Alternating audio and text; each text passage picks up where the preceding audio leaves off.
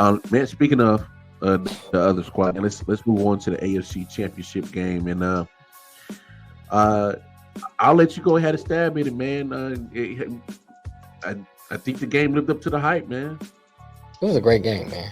Especially like I said, games like this is good when you have a dog in the fight. When you have a dog in the fight, it's one of those nail biters.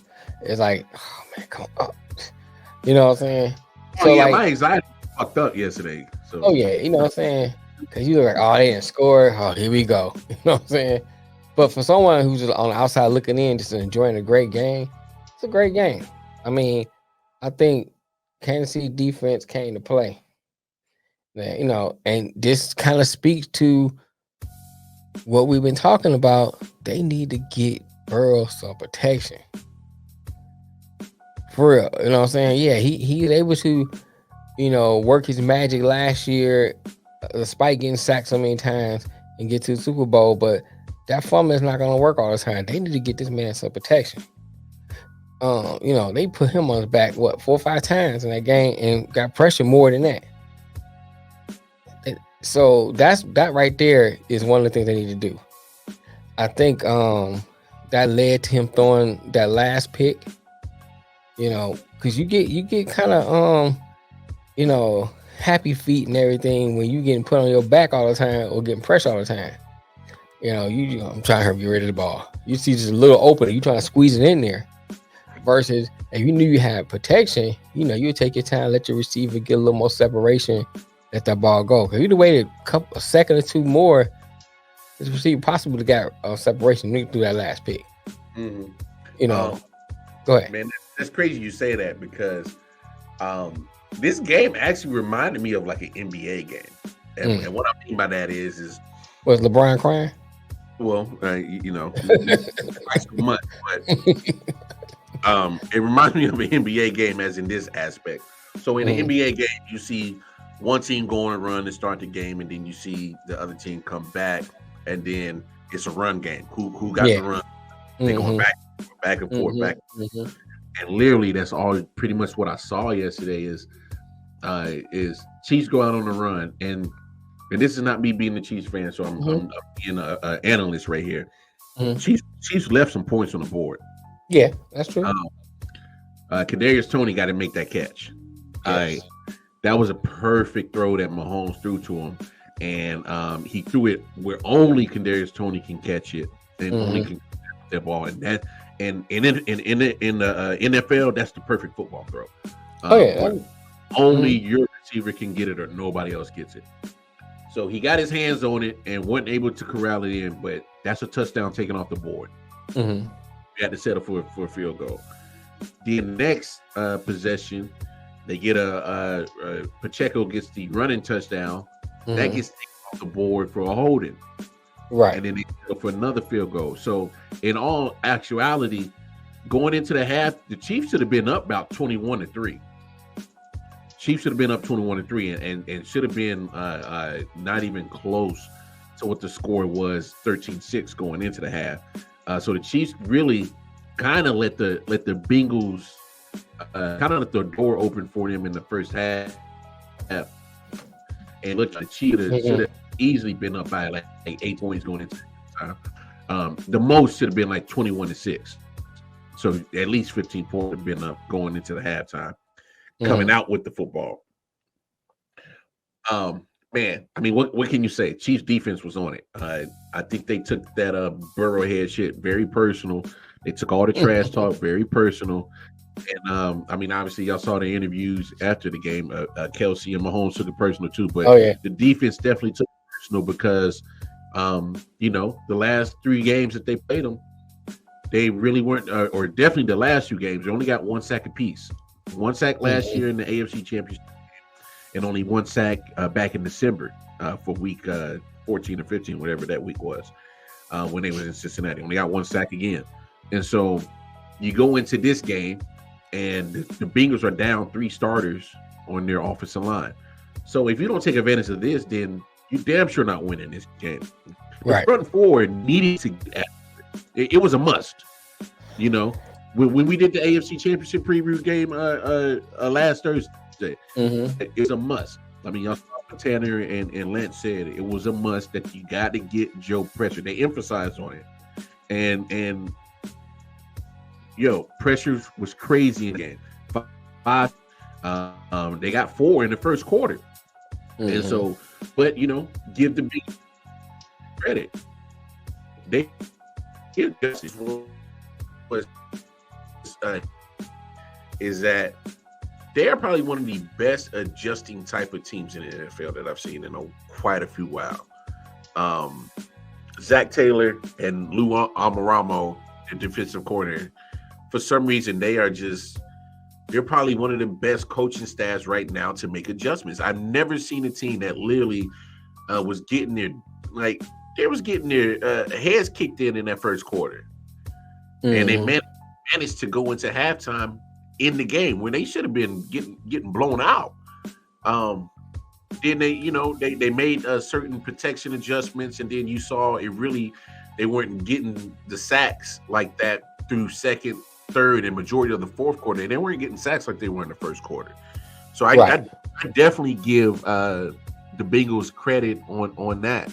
Now here's where I question the Bengals strategy. Here's where I question it. I know Patrick Mahomes is good against the blitz, but it's 100% healthy Patrick Mahomes. We knew that he was coming in with the high ankle sprain. He gutted it out, but he was still hurt. He was still hobbled. And I saw what Rex Ryan said today earlier, and sometimes I think Rex Ryan is crazy as hell, but I can't blame him for this one. Why aren't you sitting in the house at Patrick Mahomes? Blitz the shit out of a ankle injury guy. He's hobbled. He's hurt. Yeah, but I watched him play, man. He was moving in that pocket. Now, last play, except the field goal, he ran. But he ran like he was almost 100%. I mean, you can tell he wasn't, but I'm saying. Yeah, but that was pure adrenaline, bro. That was pure cutting it out. But I'm saying, but throughout that game, he was moving in that pocket, man. He was throwing off that ankle. So you blitz him. Who say he wouldn't did just enough just to kind of make the plays need to make. Take that. I'll say this too. I'll say this too. This is on the line. It's Super Bowl on the line. You take that risk because this guy has an ankle injury, a high ankle injury. I'm gonna test your mobility, bro. I'm gonna test it all game. I'm gonna see if you can really move. Because I'm sitting in the house. See what you can do. For real. Hey, bro. When you see what happens, bro. So let me ask you this. What hurt? So let me ask you this: you in a fight, you in a fist fight with a dude, all right? You done dotted his right eye. You gonna attack his left eye? No, I'm gonna hit that right till you get exactly. That's my point. He has a weakness in a thing that gives you an advantage. I'm gonna keep attacking it. I'm gonna keep attacking it, and I'm gonna keep attacking it until I see that he's going to make an adjustment off of it and try to stop me. But until then, I'm gonna keep attacking it. I'm gonna keep attacking it. I don't understand how the Bengals, and hell, for that matter, the Jaguars last week didn't attack. I don't disagree with that take, man. Attack it. You gotta attack. I just don't understand why you don't take advantage of a guy who's hobbled. Yeah. Okay. I'm not okay. I'm not saying wrong. I'm just giving us another counterpoint to that. But I'm gonna say this though. This was a game that you saw the stars shine. Said Patrick wasn't hurt. And you didn't think Pacheco was a star before? You know he a star now. Kelsey shine. Higgins shine. Back was acting. Yeah. Man, Kelsey was a game time decision because I when I saw him jump on the injury report Friday night, I'm like, where did this come from? And then they said one of the last few plays in practice, he tweaked his back. And I'm like, damn, the hell. Hey, boy, Kadarius Toney, wide receiver, went down. McCole Hardman just came back from a pelvic injury. He goes down. Juju went down. Chiefs were getting injuries throughout the whole Valdez Scantling shine time. Oh, Valdez Scantling balled out, bro. You know what I'm saying? I mean, on the other side, Chase was showing why he the man. That guy, Hey man, Higgins. Higgins, bro, they mossed a couple of them defensive backs, bro. Right. So it was just straight up better than what they could have had. Yeah, you right. Burrow had my ass. Yeah, put that up there. Damn right, Burrow had my ass. What's up, Ryan? But I mean, the Chiefs did what they needed to do. But overall, this is their fourth time that they played, and every game is a field goal game. So I wasn't surprised that it was close. I wasn't surprised that it was back and forth because that's what they've done. The last time you want, though, man. I mean, as a fan, that's what you want. Man, as my team, I want to blow the fuck out. Go ahead. Oh no! Trust me. As a fan of the Chiefs, every time we see the Bengals, my stress level is. I want you to curb stomp them. You know what I mean? As a fan. A fan, especially yesterday, I wanted them to curb stomp them because they was talking so much shit. Their mayor was talking shit. People in the fan base shit, like beat the dog piss out of them. I wanted that, but yeah, you're right, Ryan. Let me ask you this. Go ahead. With the way that the Bengals took care of the Bills, and it was supposed to be the three-headed monster race in the AFC between the Bills, Chiefs, and Bengals, would it be fair to say that it's really just a two-headed race between the Chiefs and the Bengals? It's looking that way because I think the Bills was very. They got to say they had a disappointing season. Mm-hmm. You got to say. I got my own remedy. Dog. What up, Mel? Shout out to man now. Yeah, man. You gotta say that first and foremost, this was a disappointing season for the Bills. Mm-hmm. Period. It's nothing outside of at least making it in the AFC Championship. Nothing outside of that should be even an excuse. Second of all, I think that the way the Chiefs and the Bengals played was far superior than the Bills. Far superior.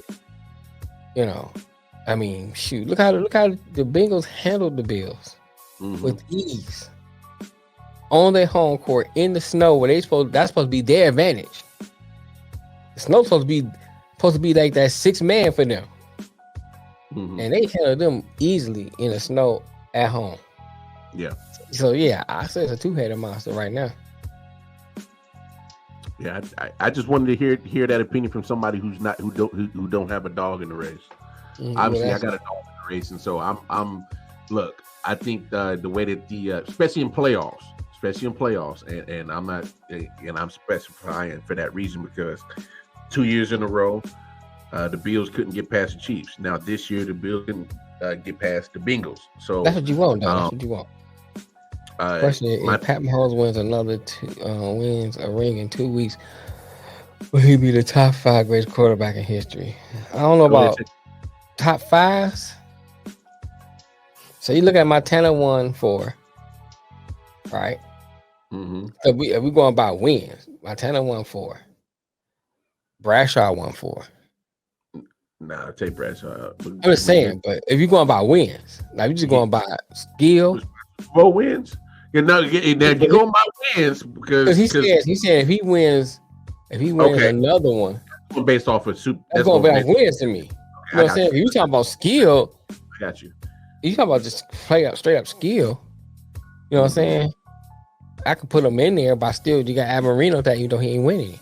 Marino, yeah, Manning in there because you look at Manning was a straight up cerebral quarterback. You could tell he knew X and O's. You could tell he knew the game. So you talking about? I think he's a better skilled quarterback than Brady. Brady just have more wins, championships.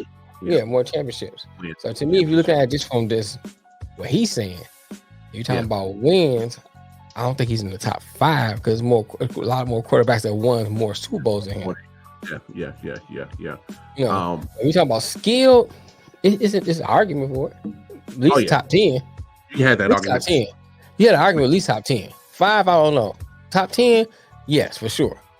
For sure, because I like what Ryan's talking about, because we gotta be honest about what Patrick Mahomes is really doing. All right, he's went to 5 straight AFC Championship games.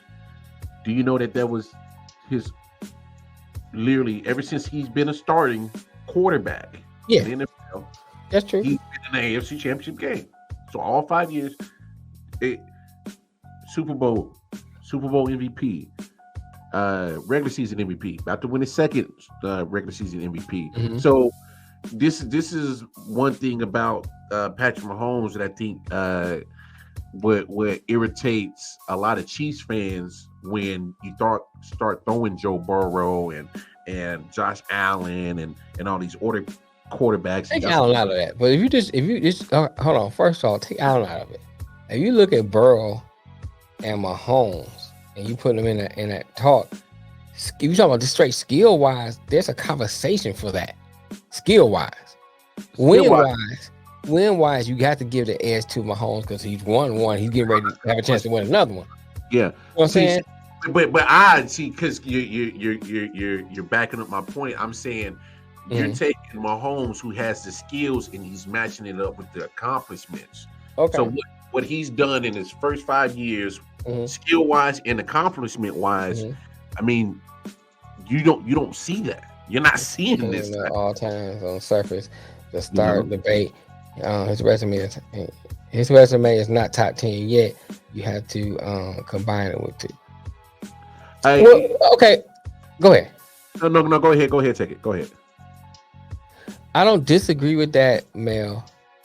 You know what I'm saying? But his career is it's in its infancy. It's just starting, really. You know what I'm saying? So you're already gonna have that conversation started based on what he has done already.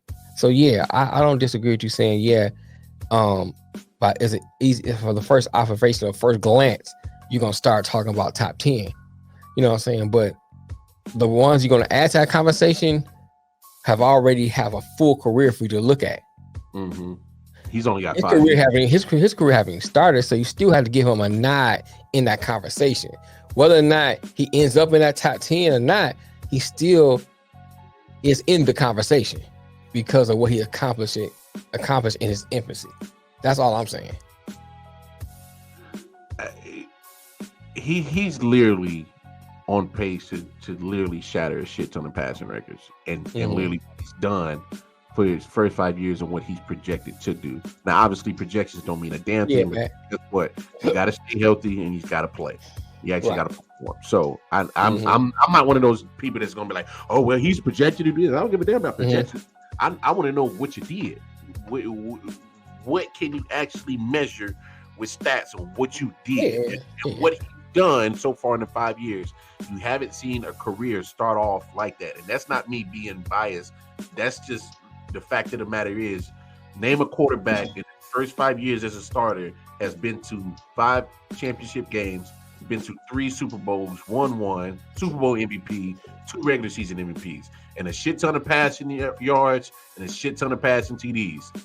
And his touchdown to interception ratio is godly. Like, going back to what we were talking about, though, Burrow is on his 3rd year, technically. Oh, no. Well, second year, if you want to count, because that first year, he didn't play. Yeah, well, he got hurt. Yeah, for the majority of the season. And I'm actually on Burrow. I think there's no confusion of me, you, and anybody in this chat room or podcast session that would ever disagree that right now it's Burrow and Mahomes as the best quarterbacks in the NFL. All right, am I fair to say that? Yeah. That Burrow and Mahomes best quarterbacks right now. Josh Allen hasn't earned. Yeah, I agree with you, man. Okay, yeah, I'm with you on that. Yeah. Oh, okay. Yeah, I'm with you on that. Okay, see, because Mel's pretty much saying the point that I've been wanting to say for most points is, I can only if you're saying right now, I would only measure up Burrow with Mahomes as in accomplishments, as in team success, and you know that he has ability to take over a game. If that makes sense. Yeah, and I think Mel too is kind of actually talking about how people is putting Josh Allen in that convo and he doesn't deserve to be there. Oh, and he gets no disagreement from me, but because y'all saw when we did the preseason shows when we were trying to preview on how project what teams would do with players. Look, I said Buffalo Bills probably come out the AFC, be in the Super Bowl, and Josh Allen wins MVP. Obviously, I was wrong, but you gotta look at this though. Go ahead. I was looking at the progression that Josh Allen and the Buffalo Bills were taking year by year, and you're like, all right, they're getting closer. But I did not take into account the fact that they kept getting closer. The addition of Von Miller, but I didn't take into account the subtraction of Brian Daboll and the offensively minded of Daboll leaving Josh Allen and how that would affect him, because Brian Daboll was very integral into the progression of Josh Allen. So now that voice is no longer there, and it's no coincidence that mind has gotten Danny Dimes looking better this year. So no coincidence. I'm gonna say this too to add to what you're saying, and I do agree with what you're saying. Yeah, I think too, if you look at that first year, everybody's like, "Ooh, Josh Allen looking like garbage." He's looking like a project, right? And then the second year, he kind of progressed. He's like, okay. So then going into this year now, you kind of like, oh man, Buffalo look like the favorite. They got Von Miller. Look what Josh Allen did last year. It was like 13 seconds away from beating the Chiefs. They look good. Not like he regressed, and then you got the subtraction of Daboll. Now I'll ask this: if you are Buffalo, what do? You gotta get somebody in there, because you already see that without him having somebody there, that's good as a coordinator, he is not going to produce. And on top of that, I'm wondering if Daboll not only was his play call and everything, but he kind of like pulled his reins a little bit, because if you look at how he played this year, and Dorsey got to really shit in. Right. Yeah. I think this year he tried to be more like Superman. I'm trying to make a play every single time I get the ball. I'm making a play. Where he probably was always like that, but Daboll's kind of, hey man, pull it in. You got to make a play all the time. Throw the ball away. Kind of like, because there's more to just calling plays when you are a good coordinator. What I'm saying? You got to manage his ego, you got to manage his personality, and you got to put plays in that fits his skill set. That's a lot of things that goes on. Or so play call the rhythm of the game. Yeah, that too. So you can be an excellent play caller, but a crap with dealing with personality and managing ego. True. And that still is not equal out to a good coordinator. True. So my thing is that they need to find somebody that can do all that, because that's what it seems to me. I mean, not me being behind the scenes, but it seems to me like he was trying to make a play every time he got the ball, and that's why he threw picks, and that's why he was, fumbling and doing all that stuff, because I got to make this play. I got to be Superman. Where throw the ball away. You got another 4 downs next time. Let your defense. Here's another aspect too that I think maybe I'm reaching, maybe I am, but there's a certain level of pressure that I think the Bills haven't had to deal with. Yeah, that could be a part of it too. This year. And we can't forget that DeMar Hamlin situation was some heavy shit to deal with, and not just the fact that situation happened with your teammate, but the media shit that came after it, that was a whole bunch of other shit that you had to do. I mean, that shit happened in what? Was it December? It was December, wasn't it? Was it December? Yeah. Or something like that. It was December. Happened in late December, but ever since then, it carried on. Yeah, so it was week 17. So it carried on through the rest of the regular season. It carried on that energy and the media shit you had to deal with pretty much through the wild card round. You had to deal with it in the divisional round when he's in the stadium against the Bengals, the team that it happened against, and you're at home. Which, by the way, that should have been a neutral site game, if anything. That not the AFC Championship game, but That's another conversation. That's another conversation. um, but I mean, that wasn't, especially the last month. That was not a normalcy type of situations you were dealing with as Buffalo. I think they handled it the best that they could, but man, that still doesn't absolve from the fact that how Josh Allen was playing for the majority of the season. That was his plan. They should have lost against Miami. I don't care what nobody say. They got lucky. They got lucky that There's a lot of games they should have lost. They should have lost against Miami. They should have lost against Detroit. They should have lost against who else they came close to losing to. They was going to lose that Cincinnati game the first one anyway. They was going to get it. You know what I'm saying? Cincinnati was giving it to them. Cincinnati with the dog walked the boys. For real. They was about to dog the boys. So that's why when that divisional game happened, I was like, oh, this is just a continuation of what was going to happen. Because they had full control of that game. And then it manifested itself in that divisional game. 27-10 the final score was? Yeah. Yeah, they dog walked them. They was going to dog walk that one A2. And I'm glad too, because it's a better game with Cincinnati and Kansas City than Buffalo and Kansas City. That's a new rivalry, man. That's the new rivalry. Or at least that's the matchup that people are going to be looking forward to in the AFC playoffs when they come around. Oh, yeah. Because you got two quarterbacks that's going to keep their team in the conversation year in and year out. I'm confident in both in Mahomes and in Burrow that they're going to be consistent participants. Quick question before we get out of here. Yeah. All right. Next year, Burrow goes through Kansas City, beats Kansas City, goes to Super Bowl, win a Super Bowl. How's that? Does that change the conversation of Burrow's resume and whether or not he's in that top 5, top 3, everyone say, as far as quarterbacks?